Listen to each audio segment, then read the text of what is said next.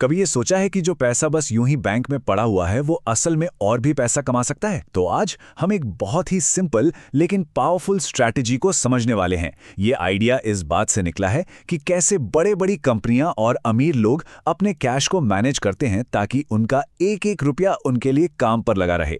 अच्छा, तो चलिए इस सवाल की तह तक चलते हैं। ये एक ऐसा सवाल है जो शायद हम सबके दिमाग में कभी ना कभी तो आता ही है।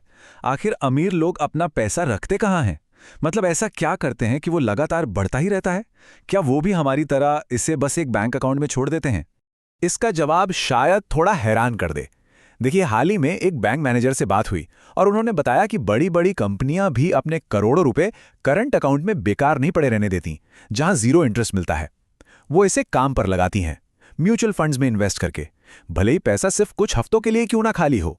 तो इस पूरे विश्लेषण में हम कहां से शुरू करेंगे? सबसे पहले अमीर इन्वेस्टर्स का सीक्रेट जानेंगे, फिर इन्वेस्टमेंट के सबसे जरूरी नियम यानी टाइम होराइजन को समझेंगे। इसके बाद हम शॉर्ट टर्म और लॉन्ग टर्म में पैसा कहां लगा सकते हैं इस पर बात करेंगे, फिर ईटीएफ्स क्या हैं वो जानेंगे और आखिर में देखेंगे कि ये कंपाउंडिंग की जर्नी शुरू कैसे की जा सकती है। तो सबसे बड़ी बात पता है क्या है? असली राज कोई मुश्किल फॉर्मूला नहीं है, बल्कि एक सोच है, एक माइंडसेट।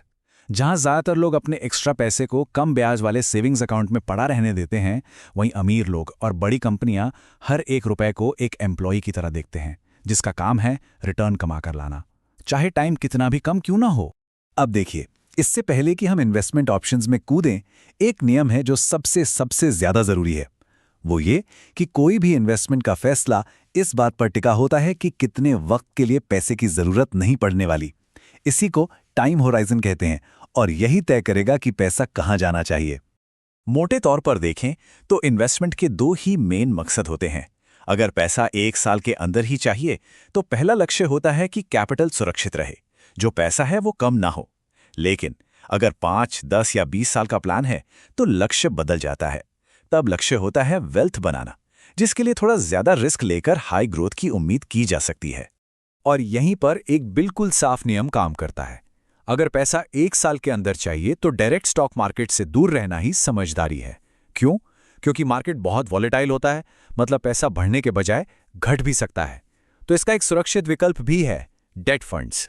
चलिए अब देखते हैं कि ये काम कैसे करता है। शॉर्ट टर्म इन्वेस्टमेंट को ना अपने पैसे के लिए एक सेफ पार्किंग स्लॉट जैसा समझिए।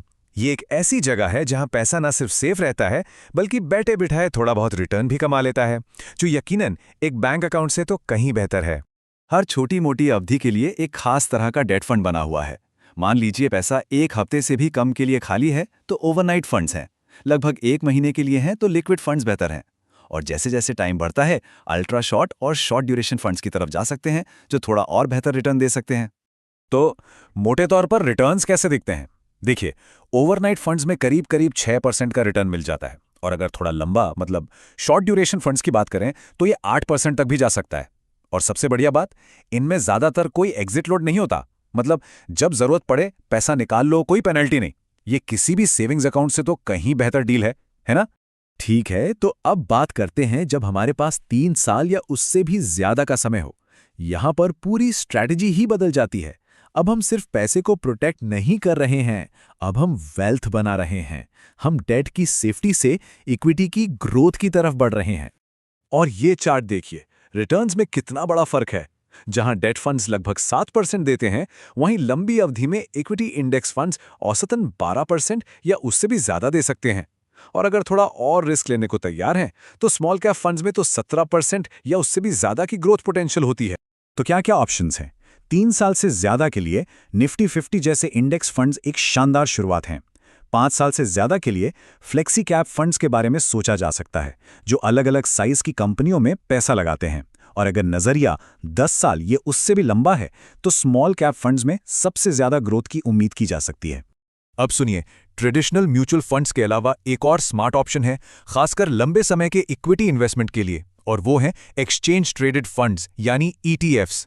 आसान भाषा में कहें तो ईटीएफ एक म्यूचुअल फंड जैसा ही है, जिसे किसी भी शेयर की तरह स्टॉक एक्सचेंज पर खरीदा और बेचा जा सकता है। मतलब इसमें म्यूचुअल फंड वाला डाइवर्सिफिकेशन भी है और स्टॉक ट्रेडिंग वाली फ्लेक्सिबिलिटी भी। ईटीएफ्स का पहला और सबसे बड़ा फायदा है कम खर्च। इनका जो एक्सपेंस रेशियो होता है यानी मैनेजमेंट फीस, वो आमतौर पर म्यूचुअल फंड से काफी कम होती है। इसका सीधा सा मतलब है कि रिटर्न का ज्यादा हिस्सा जेब में आता है, फंड कंपनी के पास नहीं। और दूसरा फायदा है फ्लेक्सिबिलिटी। बहुत सारे ईटीएफ्स पर कोई एग्जिट लोड नहीं होता। इसका मतलब है कि जब मन चाहे अपनी यूनिट्स बेच सकते हैं बिना किसी एक्स्ट्रा चार्ज के।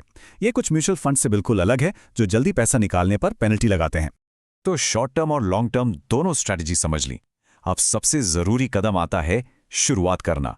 और यहीं से कंपाउंडिंग का जादू शुरू होता है, जहां आपका रिटर्न भी आपके लिए रिटर्न कमाना शुरू कर देता है। शुरुआत करना बहुत ही आसान है। बस एक डीमैट अकाउंट चाहिए। फिर अपने टाइम होराइजन के हिसाब से सही फंड या ईटीएफ चुनिए और एक एसआईपी यानी सिस्टमैटिक इन्वेस्टमेंट प्लान शुरू कर दीजिए। एसआईपी से हर महीने एक फिक्स्ड अमाउंट इन्वेस्ट होता रहता है, जिससे एक डिसिप्लिन बना रहता है। और अगर कंपाउंडिंग की ताकत पर जरा भी शक हो तो बस इस नंबर को देखिए। हर महीने सिर्फ 5,000 रुपए की एसआईपी अगर 12% का औसत रिटर्न दे तो 20 साल में 50 लाख रुपए बन सकती है। यही है छोटी छोटी रेगुलर बचत को समय के साथ एक बड़ी दौलत में बदलने की पावर। तो आखिर में सवाल यही है, अभी पैसा कहाँ है? क्या वो बस एक अकाउंट में पड़ा है या वो सच में मेहनत कर रहा है? अब जब स्ट्रैटेजी पता है तो बस उसे काम पे लगाने का समय है।